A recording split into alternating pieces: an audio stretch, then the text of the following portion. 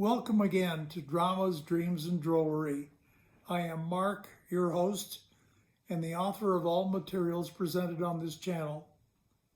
Please remember that I retain copyright to all my works.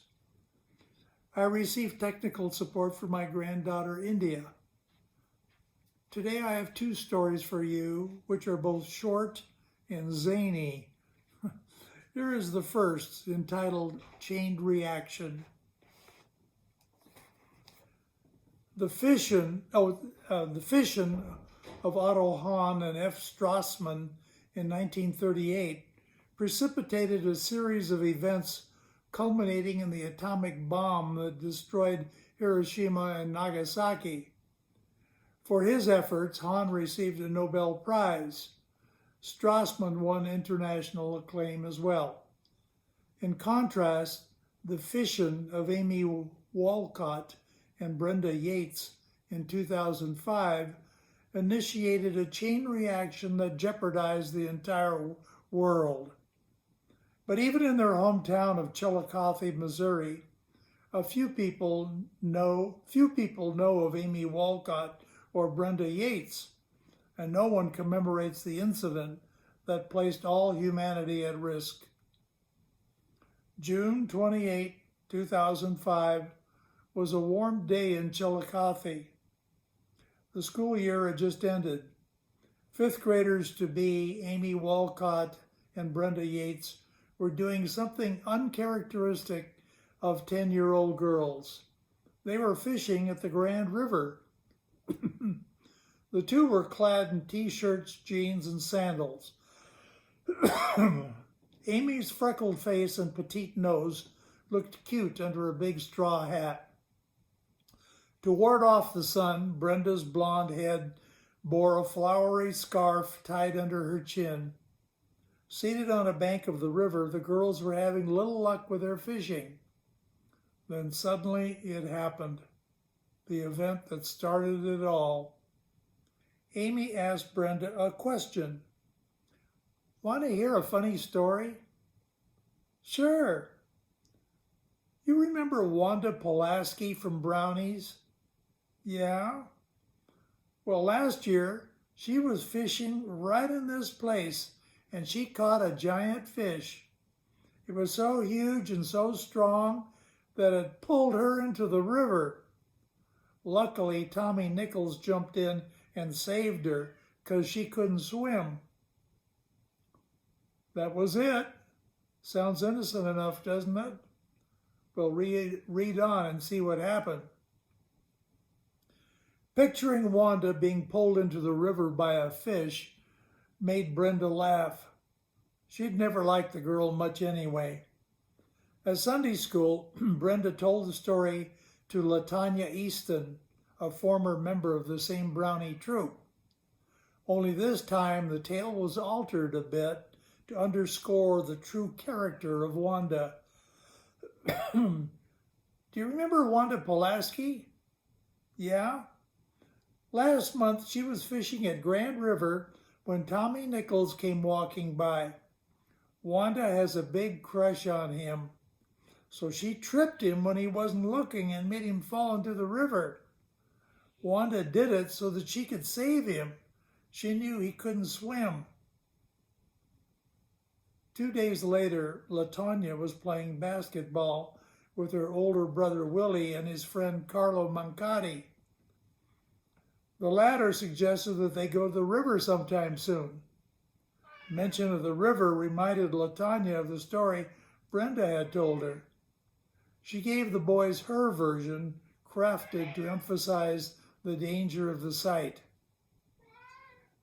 "I know a girl who went to that river a few days ago.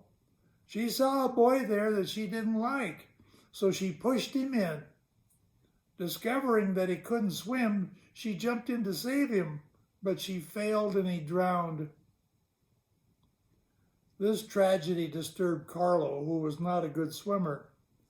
That night he had a bad dream about drowning. Afraid of swimming, Carlo balked when Carrie Poindexter, a high school classmate, invited him to go to a picnic at the river. He told Carrie a story to demonstrate that Grand River was an evil place. A girl named Evelyn Wicker hated a boy named David Simmons. When they were at the river together, she pushed him in. Then she laughed while he drowned. A friend of mine named Ann Driscoll saw it happen. She told me the whole story. On Friday night, Carrie had a date with Eva Olivares. After seeing a movie, the couple stopped at a McDonald's for hamburgers and ice cream. Eva told Carrie that she'd heard about someone drowning at Grand River. "Yeah, I know all about it," Carrie replied. "Some girl named Evelyn planned to kill her boyfriend named David. She got her friend Ann to help drown him, and then they celebrated after he died. Can you imagine that?" Eva was shocked. How could people be so cruel? She asked her friend Sarah Chang if she had heard about the two girls who had drowned a little boy just for fun. Rumors began circulating at Chillicothe High School about some murderous female students. When Layla Hamdi asked Sarah if she knew anything, the latter gave an emphatic reply. "There's a club here on campus called the Vixens. Nothing but girls. They want to be like the mafia." To Layla, this was scary news. She knew one girl on campus who disliked her, Connie O'Neill, the mayor's daughter. Layla asked Aaron Stark, "Have you heard that Connie O'Neill is president of a club of girls who kill for money?" At dinner that evening, Aaron told her parents that everyone at school knew for a fact that the mayor's daughter was a hit woman for a female gang. Mr. and Mrs. Stark found that easy to believe. They always thought the mayor was a crook. While trimming the hedge on Saturday, Mr. Stark saw his neighbor Ivan Grutzinger working in the backyard. He called him over and declared, "I've learned from good sources that the mayor has hired a team of hitmen to eliminate his political foes. This town is getting too dangerous." Ivan, who saw eye to eye with Philip Stark on political matters, rushed to tell Mattie Allenbaugh, a leader in civic affairs, that the city council was just a front for the mafia. Fear spread rapidly about the community. The feature editorial of the local newspaper demanded an immediate investigation of criminal activity in the city. Chief of Police Warren Matsui was besieged by callers who requested protection from gangsters. Feeling pressure, the officer wished to act, but he had no leads. There were only rumors and accusations. When Mattie Allenbaugh called him, he listened carefully, for she had great influence in the municipality.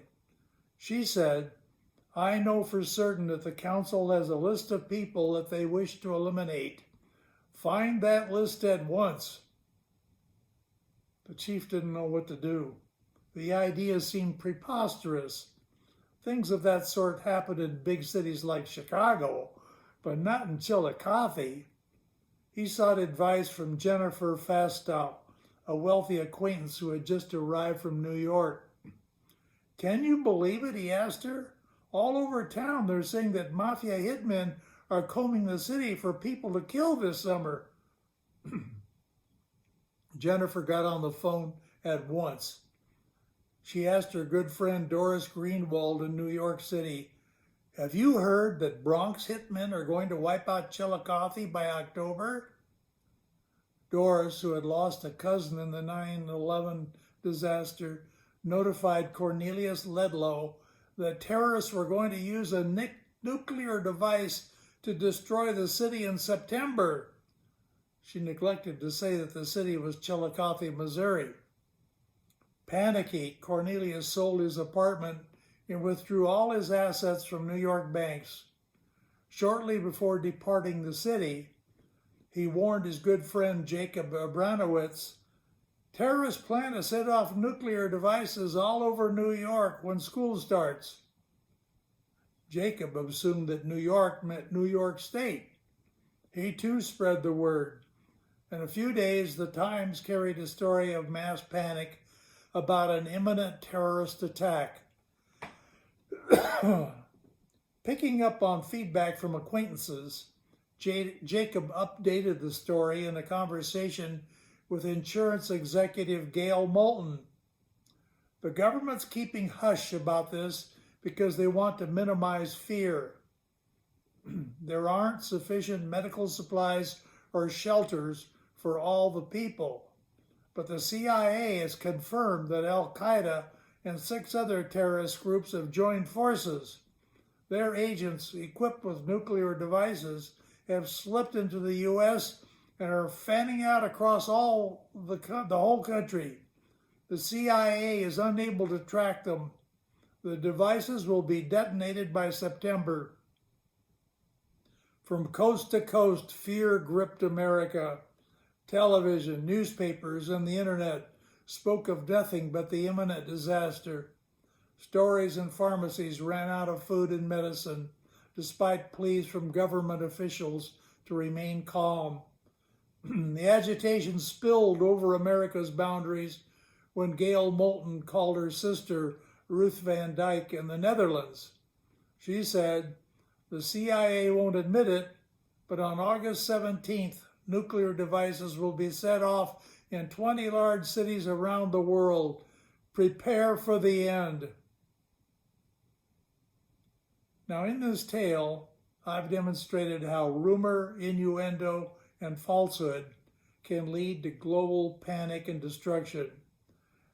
But I fear that you'll dismiss the warning as just another fish story. That's the end of Chain Reaction.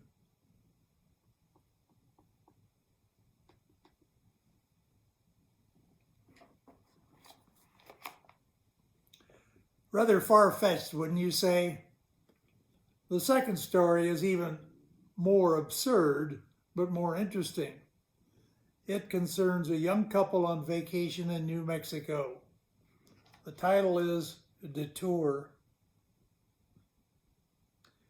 "We should have spent the night in Albuquerque," moaned Nancy Olson. "It's already 10 o'clock. The young woman yawned and patted her cheeks. Dressed in lightweight summer clothing, her slim body felt uncomfortably cool. "Maybe you should turn on the heater." Wearing a light jacket, Todd felt warm, but he complied with his wife's request. 8 hours of driving had worn him out. He didn't want any squabbles about the heater. In fact, he'd had enough of Nancy's talk. For the last half hour, she had complained and criticized incessantly. Her question, "Did you check the paper this morning about today's weather?" was the straw that broke the camel's back. Already feeling irritable and defensive, Tot shot back angrily, "No, I didn't. But no one in his right mind could have expected this. It never rains in the desert in July." As if the gods wanted to teach the young man a lesson, the rains began to intensify at that moment, forcing the driver to turn the Civic's windshield wiper from low to high. To compound the problem, strong winds began to blow debris on the windshield, obstructing Todd's vision. "Slow down. This is a bad road. You might hit something." "Oh, why do you always have to take shortcuts? We should have stayed on the main highway, at least as far as Grant's." "It's quicker this way. Don't worry.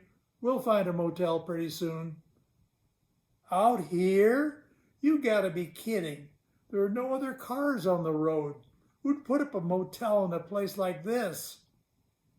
"Well, the map showed several towns on the way to Chaco National Park." "Towns? Huh, I'll bet they're nothing more than gas stations." A fierce gust of wind struck the side of the vehicle. "I don't like this, Todd. Are you sure we're on the right road?" Just as the besieged husband was about to reassure his wife, a road sign came into view. Todd stopped the car to get a good look. The faded sign said, Mirage, 3 miles. Let me see the map, Nancy. I don't remember any place named Mirage. The young man reached across to his wife and took a flashlight from the glove compartment. While scanning the map, Todd mumbled to himself, 7 Lakes, White Horse, Pueblo Pintado. And then to Nancy said, no, I don't see it, but I'm pretty sure this is the correct road.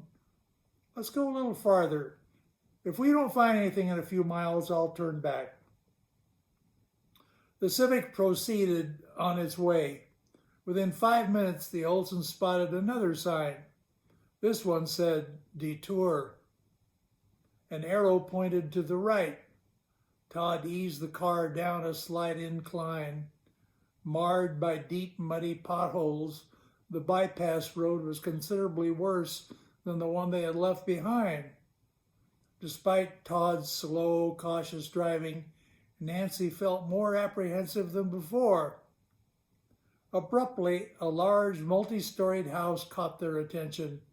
Set back from the road, the dilapidated structure, under normal conditions, would never have received more than a curious glance from Todd and Nancy Olson. But these were not normal conditions. Incredibly, blue neon lights flashed the message, rooms for rent. Those were sweet words even for Todd, who by now had adopted Nancy's pessimistic viewpoint on the availability of accommodations in the region. The Civic followed the circular driveway and stopped in front of the house. Gathering up essential belongings, the couple made a dash for the front porch. They knocked repeatedly at the door. 2 minutes passed without a response. Disappointed, the Olsons were about to depart when a porch light came on. A tall Native American man in braids opened the door. He was wearing jeans, a black shirt, and a black cowboy hat. Without a word or a smile, he motioned for them to enter. The couple followed him to the reception desk, where he asked a peculiar question. You didn't forget the mouse? At a loss for words, the pair said nothing. The man seemed unfazed by their failure to reply. While signing the register, Todd remarked, Sure is isolated out here. Bet we'll have a peaceful night. The still unsmiling host responded in a deep monotone. The midnight special will pass through at 11:57. The couple looked at one another. What did that remark mean? They'd seen no signs of trains or tracks. An awkward silence followed. Expecting their host to provide keys or an escort to their room, the Olsons waited patiently. When nothing happened, Todd asked, How far is it to Chaco? The reply was terse as usual. A monkey on the pancake. Todd suppressed a laugh. What was going on? Was the man trying to be funny? Or was he mentally deficient? Or what? More silence. Finally, Todd asked, How much is the room? $4.50. $4.50, thought Todd. That wasn't possible. Oh well, they'd pursue the matter in the morning. For now, they just wanted to get to bed. May we have the key, please? The stone-faced Native American pointed to a sign on the wall. It said, For all doors in this motel, use your own house key. The Olsons looked at one another in astonishment. Oh, what's the room number? Todd asked. 4.5. I mean the room number. 4.5. Bewildered, Todd inquired, Well, where is it located? The man pointed down a hallway. Assuming that their host had no intention of showing them the way, Todd and Nancy picked up their belongings and entered the corridor. The number of the first room was 16,709. Adjacent to it was 47 and a third. From the third room, numbered 520 and 6/10, came strange giggling sounds. The final room at the end of the hallway was 2005. There was no 4.5. Returning to the reception desk, the travelers found the lobby empty. Unable to locate a bell, Nancy simply shouted, "Anyone here?" In a few moments, the couple heard from another hallway the sound of shuffling feet. The Native American reappeared, gnawing on a broomstick. At this sight, Nancy whispered to Todd, "Let's get out of here." Her husband's hushed reply was, "Where can we go at this hour and in this weather?" Nancy really did not want to stay, but there was logic behind Todd's words. She yielded when he added, "The guy is weird, but he looks harmless." Todd asked again about the location of room 4.5. With drool running from his chin, the bizarre motel man pointed down the hallway from which he had come and said, "Elevator." Puzzled by this response, the young man nevertheless asked, "Up or down?"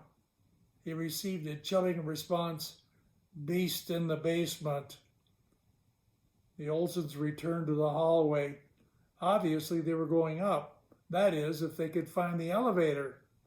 To their surprise, the first room they passed was numbered 15. "Hey, that isn't the number we saw before," remarked Nancy. The following room was 1/8, and just beyond it stood the elevator. "How did we miss this?" asked Todd. Inside the lift, the pair couldn't decide which button to push. According to the panel, the building had 18 floors. None was labeled 4 or 4.5. Undecided for some minutes, Todd finally sighed, "Oh well," and pushed number 16 at random. The elevator shot rapidly upward. The pair stepped out into a dim hallway covered with dust and cobwebs. Nancy said, "Oh, this is too much. Let's leave."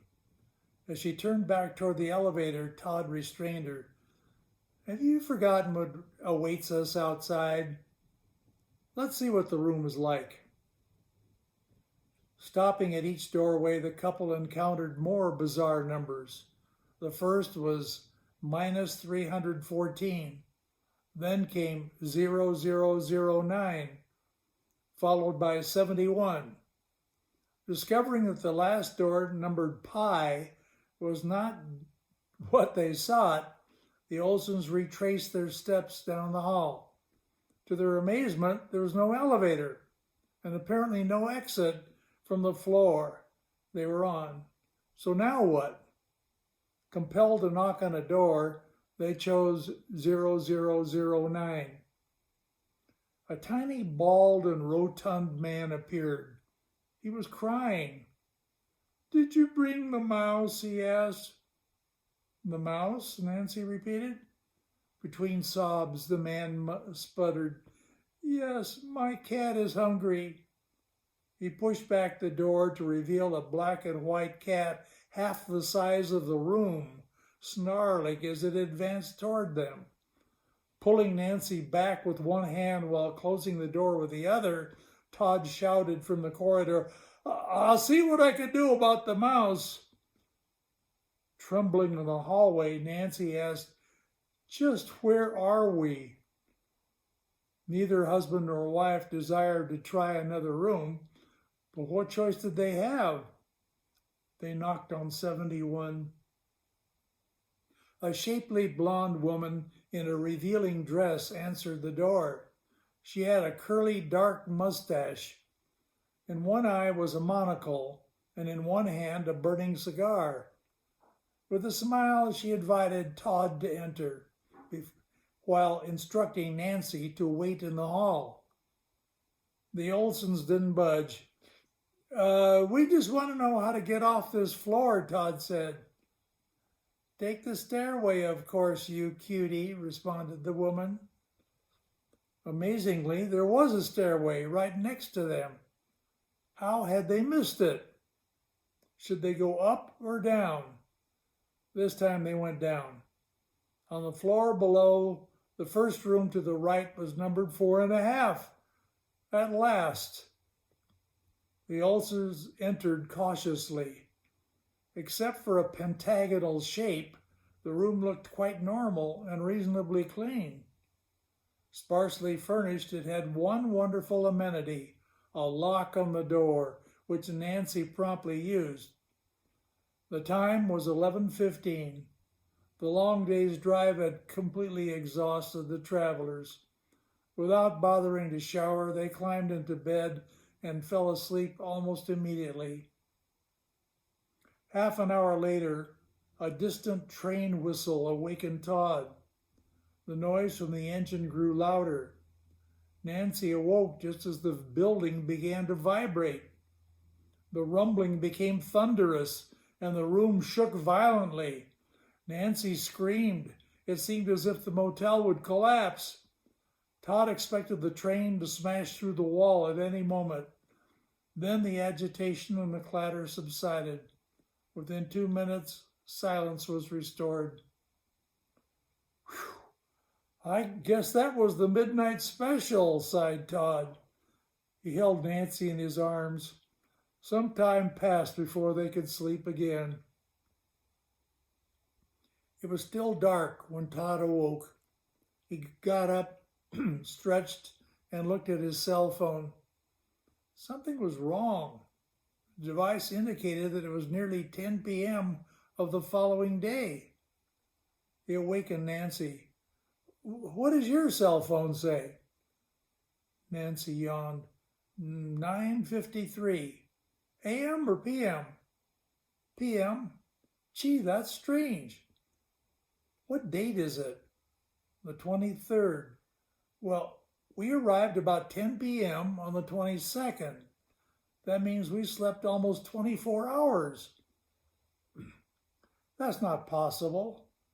Well, how do you explain our cell phones? I don't know. I'm going to find out the real time. How? I have to knock on a door. Don't leave me here. I'm going with you. The two dressed hurriedly.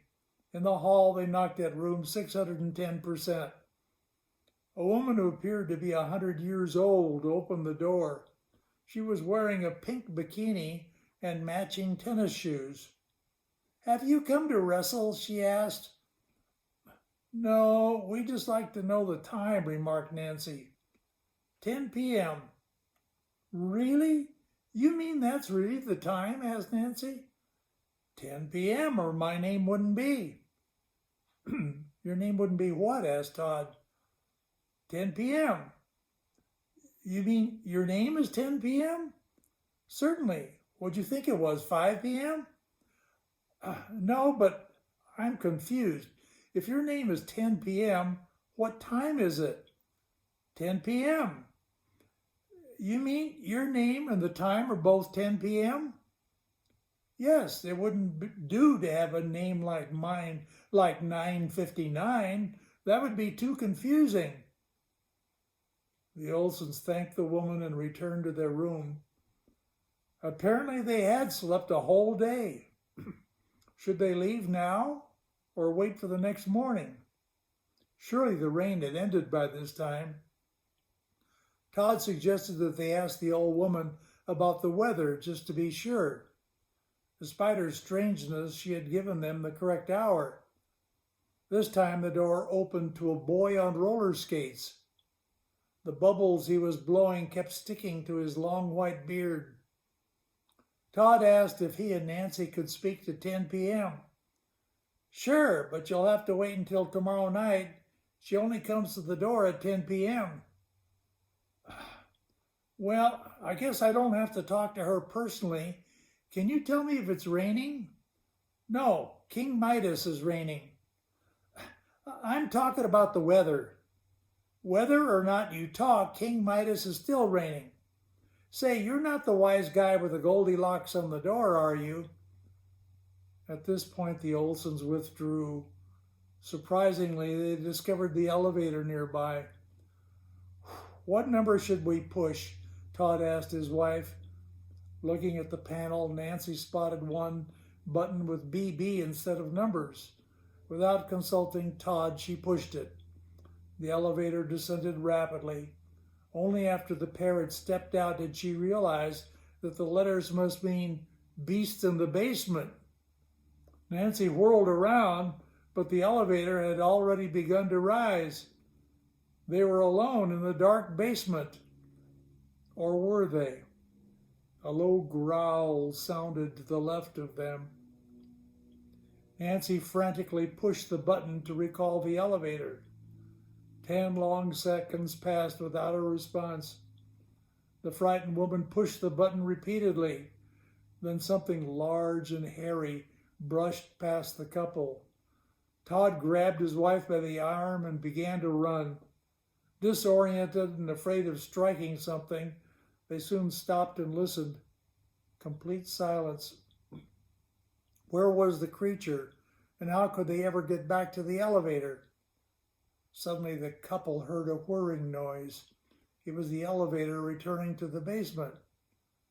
From the sound, they could estimate its location, but they didn't dare move in that direction. That's where the beast had brushed past them. Suddenly Todd got an idea. Taking a coin from his pocket, he threw it far from where he judged the elevator to be. Instantly, the Olsons heard a growl and the movement of something heavy. Todd threw a second coin in the same direction as the first.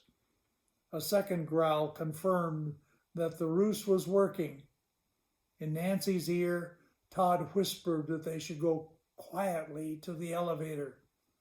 A couple of minutes later, the young man threw a third coin and was rewarded with a distant growl. Eventually, the Olsons reached a wall. Feeling their way along it, they found the elevator. By good fortune, the car was still at the basement level. Safe inside the lift, they hugged one another and thanked God for their survival. After this ordeal, returning to room 4.5 for their belongings seemed unimportant. All they wanted was to find an exit from the motel. They pushed the elevator button with crossed fingers. A pleasant surprise awaited them at the end of the ride. The doors opened to reveal the lobby and the sober-faced man in braids who bid them good morning. Spotting the exit to the right, Todd exulted and reached for his wallet to pay the bill. But a wonderful aroma of coffee, bacon, and pancakes filled the air. With mouths watering, the couple realized that they hadn't eaten for 2 days. A sign on a wall pointed to the dining room. A declaration from the Native American that breakfast was free with lodging sent the Olsons scurrying where the scent led them. Except for a man yodeling at a corner table, they were the sole occupants of the dining room. The menu said, "You get no choice. Breakfast is coffee, bananas, bacon, and pancakes." Sounded good to the Olsons. A chimpanzee in a ballet costume brought them bananas, and then he poured coffee for them. As the chimp returned to the kitchen, the couple could hear loud monkey chatter. "Must be hard to find good help these days," observed Nancy. The chimp seemed to enjoy his labor. He put pancake after pancake on their plates until each of the pair had a stack 17 high. After pouring syrup on the pancakes, the waiter drank what remained in the bottle. The Olsons stuffed themselves and then staggered to the lobby to pay the bill. In one hand, Todd clutched some bananas, which he planned to consume for lunch at Chaco. "How much do we owe you?" Todd asked the Native American. 4 1/2. I don't understand. The braided man took the bananas from Todd and cut one in half. Keeping 4.5 of them, he returned the others to Todd. You mean 4.5 of your own bananas? For the first time, the man smiled. The couple thanked the host and went out to their car. Driving away, they noticed the braided man covering the neon sign and replacing it with a sign that read, "Coffins for rent." On the road to Chaco, Nancy reminded her husband of something that had preceded their journey. Do you remember when we were planning this trip that Brad told us New Mexico would be boring? Yeah. When we get home, let's recommend this place to him. End of story. Don't waste your time searching the landscape around Chaco, New Mexico. This hotel existed only in my imagination. Next time I'll offer some humorous poetry. Please continue to watch Dramas, Dreams, and Drollery. Thank you.